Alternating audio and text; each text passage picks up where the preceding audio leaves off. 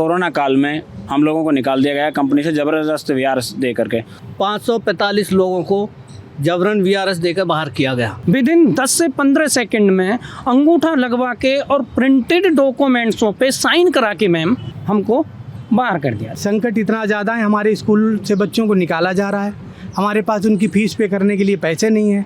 हम यहाँ रेंट पे थे, रेंट देने के लिए हमारे पास पैसे नहीं है। Subscribe to our YouTube channel and press the bell icon to get the latest updates. I'm standing in front of the Deputy Labour Commissioner's office in Noida Sector 3. A matter is going on in the office right now between the workers of Honda Greater Noida and the Honda Greater Noida Authority about this situation where around 545 workers have been given VRS, and the workers allege that it has been done through intimidation and has been done illegally. So we are here to find out more about the matter which took place on November 2020 and has been going on ever since. There is also a case going on at the moment in a criminal court. We are here and we're going to talk to some of the few workers to find out what is the situation and what had happened with them. जी, मेरा नाम गजेंद्र शर्मा है। मैंने Honda car को join किया था अप्रैल 98 में, और मेरे को करीब 23 साल सर्विस करने के बाद जबरन वीआरएस देके कंपनी ने बाहर कर दिया, और मेरे साथ साथ करीब 545 लोगों को जबरन वीआरएस देकर बाहर किया गया। हमने इस सिलसिले में डिप्टी लेबर कमिश्नर के यहाँ पे अपनी पहली एप्लीकेशन डाली। उसके बाद उन्होंने उस पर जो है कार्रवाई करते हुए हमें ये बताया कि भाई हम आपकी एक तो मदद नहीं कर सकते क्योंकि गवर्नमेंट ने श्रम कानूनों को निलंबित किया हुआ है, इसलिए आप अपनी शिकायत डीएम के यहाँ करें। तो हम उसके बाद डीएम के यहाँ और मुख्यमंत्री जी के यहाँ, कमिश्नर के यहाँ हमने आगे की कार्रवाई करी। उसके बाद हमने आईजीआरएस पोर्टल पे भी ये कंप्लेंटें करी। मुख्यमंत्री आईजीआरएस पोर्टल जो होता है उससे हमें ये फीडबैक मिली, इन्होंने उस पर कार्रवाई करते हुए श्रम विभाग ने, और इस मुद्दे पे अपना जो स्पष्टीकरण दिया, अपनी आख्या जो दी वो ये दी कि भाई हमने यूनियन के साथ समझौता करके इन सभी लोगों को बाहर निकाला है। और इसके बाद हमने फिर जब ये देखा कि यूनियन के साथ समझौता हुआ है, कोरोना महामारी के कारण हमारे यहाँ पे चुनाव नहीं हुआ था। जब चुनाव नहीं हुआ तो यूनियन आई कहाँ से? मेरा नाम हेमचंद नागर है। मैं 29 फरवरी 2008 से Honda car India limited greater Noida में कार्यरत था, और कोरोना काल में हम लोगों को निकाल दिया गया कंपनी से ज़बरदस्त वीआरएस दे करके। और जो लोग क्वारंटीन थे हमको तो ठीक है, लेकिन जो क्वारंटीन बंदे थे उनसे भी ज़बरदस्ती अंगूठा देकर और निकाल दिया गया, उनको भी बेरोज़गार कर दिया गया है। इसी प्रकरण में हम लोग आज डीएम साहब के पास भी गए थे, वहाँ से भी कार्रवाई चली है, कोर्ट में भी चल रही है केस, और आज भी डीएलसी में हम आए हुए हैं जिस कार्रवाई के तहत ही आगे की कार्रवाई के लिए। बार बार जहाँ भी हम जा रहे हैं कोई सुनने को तैयार नहीं है हमारी। तो हमारी यही गुजारिश है सरकार से भी और मान्य सभी से कि हमें रोज़गार होंडा कार इंडिया लिमिटेड में दोबारा बहाल किया जाए, क्योंकि कंपनी ने हमें फर्जी तरीके से निकाला है, फर्जी यूनियन बनाई थी और उसी के तहत हमको फर्जी निकाला गया। हमारे साथ जो कृतज्ञ हुआ है उसके बारे में मैं कुछ बताना चाहता हूँ। स्टार्टिंग में 27 सितंबर में इन्होंने एक नोटिस लगाया कि हमने आपकी यूनियन की सहमति से वीआरएस स्कीम लेके आए हैं। एक्चुअली हमारा कोई इलेक्शन हुआ ही नहीं था, कोविड था, तो हम लोग बिल्कुल अनभिज्ञ थे, हम ये भी नहीं जान पा रहे थे कि हो क्या रहा है। और इन्होंने क्या किया, हमारे डिपार्टमेंट में एचओडी को फ़ोन किया और उनसे बोला कि इन बंदों को आईआर डिपार्टमेंट भेजो। हमारे एचओडी के पास फ़ोन आते, वो हमको 1 बाय 1 करके आईआर डिपार्टमेंट भेजते। जब हम आईआर डिपार्टमेंट जाते तो वहाँ गौरव कटियार, दुष्यंत, काफ़ी आईआर डिपार्टमेंट के जो भी उनके स्टाफ था वो वहाँ बैठा हुआ होता, और हमसे बोला जाता कि सिग्नेचर करो। हम उन्हें पढ़ लेते हैं क्या है क्या नहीं, हमने जानने की कोशिश की तो वो लोग कहते हैं कि आपको बोला है ना कि आप सिग्नेचर करो और बाहर जाओ। टोटली प्रिंटेड डॉक्यूमेंट्स थे। विद इन 10 से 15 सेकंड में अंगूठा लगवा के और प्रिंटेड डॉक्यूमेंट्सों पे साइन करा के मैम हमको बाहर कर दिया। जब हमको बाहर निकाला आईआर से, तो मैं अपनी बीती बता रहा हूँ आपसे। जैसे ही मैं बाहर निकला तो मेरे साथीगण 10-12 और लोग खड़े हुए थे।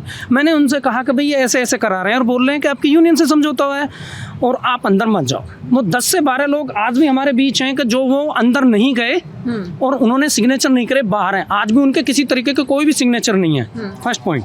उसके बाद फिर जब मैं बाहर, उन्होंने ट्रांसपोर्ट की गाड़ियाँ खड़ी करी हुई थी, डिपार्टमेंट में भी नहीं जाने दिया। कोविड की वजह से ड्रेस घर से ही पहन के जाते थे और हम घर भेज दिए। उसके बाद सारे सिग्नेचर के बाद जब हमने जिज्ञासा उठी कि हमारे साथ इतना गलत हुआ, 13-14 साल हमने कंपनी के लिए काम किया, आज हमें ज़रूरत थी, उस दौरान हमें बाहर कर दिया। और फिर हमने जो इसकी जानकारी लेने के लिए हम यहाँ लेबर कोर्ट आए थे, यहाँ पे डीएलसी आए। डीएलसी में जो हमने सारा सब कुछ प्रोसेस किया, उसके बाद हमने एविडेंस इकट्ठे किए। एविडेंस में एक ही चीज़ पता पड़ी है कि कंपनी परिसर में 22 मार्च 2020 को इन्होंने इलेक्शन का आयोजन किया है और उस ही 22 मार्च 2020 के इलेक्शन के अकॉर्डिंग ही लेबर कमिश्नर पीके सिंह ने उनकी अवैधानिक यूनियन को वैधानिक दर्जा दिया है। मैं सभी से ये गुजारिश करना चाहूँगा कि आप सब लोग जानते हैं, देखते हैं, आपको पता है कि 22 मार्च 2020 को जनता कर्फ्यू था। कहीं भी किसी भी तरीके से 4 आदमी इकट्ठे नहीं हो सकते थे। इन्होंने कैसे 462 आदमी इकट्ठे कर लिए कंपनी परिसर में। मैं Sunil Kumar Honda car India limited में कार्यरत था अप्रैल 2008 से, और इन लोगों ने हमको असंवैधानिक तरीके से BRS दे करके बाहर निकाल दिया। हमें इन्होंने दिखाया कि हम लोग काम करने में कैपेबल नहीं थे, इसलिए हम लोगों ने BRS लिया है, जबकि हमको BRS ज़बरदस्ती दिया गया है। हम लोगों को इससे पिछले बराबर एक्सीलेंट मिलता रहा है काम करने में। कंपनी के जो क्राइटेरिया होते हैं जिसमें दिखाते हैं कि आप काम किस तरीके से करते हैं, उसमें हमको कंपनी ने बराबर एक्सीलेंट दिया हुआ है। और इससे पिछले बार भी हमको जो कंपनी ने परफॉर्मेंस बेस पे दिया था वो एक्सीलेंट ही दिया था, और उसके बावजूद भी कंपनी कहती है कि आप काम सही से नहीं कर पा रहे थे, इसलिए आपने BRS लिया है। और ये हमारे साथ ही नहीं हुआ है, ये हमारे सारे साथियों के साथ हुआ है। और कंपनी ने हमारे साथ जो किया है ज़बरदस्ती किया हुआ है। अगर आप नहीं लेंगे BRS तो हम आपको गेट के बाहर खड़े कर देंगे और उसके बाद आपको न पैसा मिलेगा, कुछ नहीं मिलेगा। इसलिए आप सिग्नेचर कीजिए, नहीं तो हम आपको और कोई एलिगेशन लगा करके कंपनी के बाहर कर देंगे। आप हमारा क्या कर लेंगे। उस मजबूरी में हम लोगों से ज़बरदस्ती अंगूठा लगवाया गया है, सिग्नेचर करवाए गए हैं, और प्रिंटेड डॉक्यूमेंट पे हमसे कुछ नहीं लिखवाया गया। पहले से ही फाइल बना के तैयार रख रखी थी, IR में जाइए, और IR के जो पदाधिकारी थे ज़बरदस्ती, नहीं तो कल से आपका गेट बंद कर देंगे, आपको अंदर नहीं घुसने देंगे, आपको कुछ नहीं मिलेगा।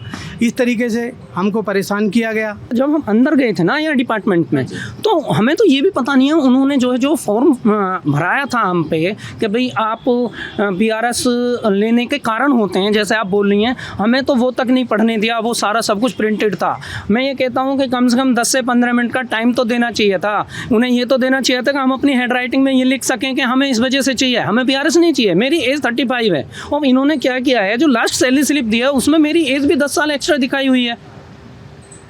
एज 10 साल एक्स्ट्रा दिखाई है, उसके बावजूद भी उन डॉक्यूमेंट्सों को नहीं पढ़ने दिया हमें किसी तरीके इतना जल्दी। अच्छा, जिस यूनियन से इन्होंने समझौता किया है वो यूनियन आज भी बैठी हुई है इनके पास। अच्छा, उनकी नौकरी अभी भी है, अभी भी चल रही है, उनकी नौकरी अभी भी चल रही है मैम।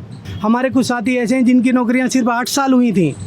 अब हमारी 40 साल उम्र है, हमने कंपनी में 12-13 साल वर्क किया है। अब हमको कोई दूसरी कंपनी लेने को तैयार नहीं है, क्योंकि 25 साल से ऊपर प्राइवेट सेक्टर में लेते ही नहीं है।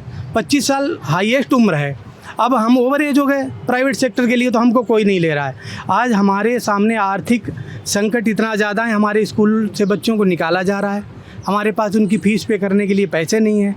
हम यहाँ रेंट पे थे, रेंट देने के लिए हमारे पास पैसे नहीं है, और ऊपर से केस और दुनिया भर के काम।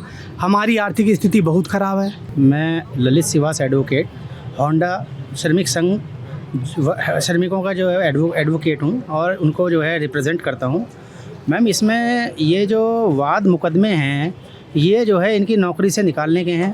प्रबंधकों द्वारा इनको VRS की आड़ में अवैधानिक रूप से इनकी सेवाएं समाप्त करी हैं, और जिसका मुकदमा जो है श्रम कार्यालय में लंबित है, और उसको जो है संराधन अधिकारी द्वारा संराधन वार्ता में सुना जा रहा है। और अभी जो है मामला क्योंकि जो है विचाराधीन है, इसलिए जो है अभी कुछ भी कहना जल्दबाजी होगी। और मेरा कहना यही है कि श्रमिकों को जो है प्रबंधकों द्वारा अवैधानिक रूप से शोषण करके और उनकी सेवाएं समाप्त करी, छटनी की है। और इनका उद्देश्य VRS की आड़ में प्रबंधकों का उद्देश्य जो प्रतिष्ठान को बंदीकरण करने का है। जब और इन्होंने अपने स्थायी आदेशों के विपरीत जाकर सारे जो भी प्रबंधकों की सेवाएं समाप्त करी हैं वो आदेशों के विपरीत जाकर करी हैं, जो कि न्याय की दृष्टि से बिल्कुल विपरीत है। वीआरएस का नियम ये है कि वीआरएस जो है इनकेपेबल होने पर किसी व्यक्ति को दिया जाता है, जबकि इनका मानना ये है कि जो वर्कर हैं उनका प्रॉपर मेडिकल चेकअप होता था। कोई भी वर्कर काम करने से एलिजिबल ऐसा नहीं है कि वो काम करने लायक ना हो। अच्छा। और सबको appreciation, appraisal letter of excellence वगैरह इन सब के द्वारा दिया हुआ है। बस इनका उद्देश्य केवल और केवल वीआरएस की आड़ में वर्करों की सेवा समाप्त करना था। Honda issued a statement in this matter that reads, "The allegations made against a company are completely false, baseless, and devoid of real facts. They are intended to malign the image of the company, and we refute all the charges. With this statement, we would like to reiterate that we are a brand that is built on trust. The company executed a VRS program last year ethically and adhered to all guidelines of corporate governance and legal compliance." For more such stories, please subscribe to The Print. This is Tina Das for The Print with Manisha Mandal.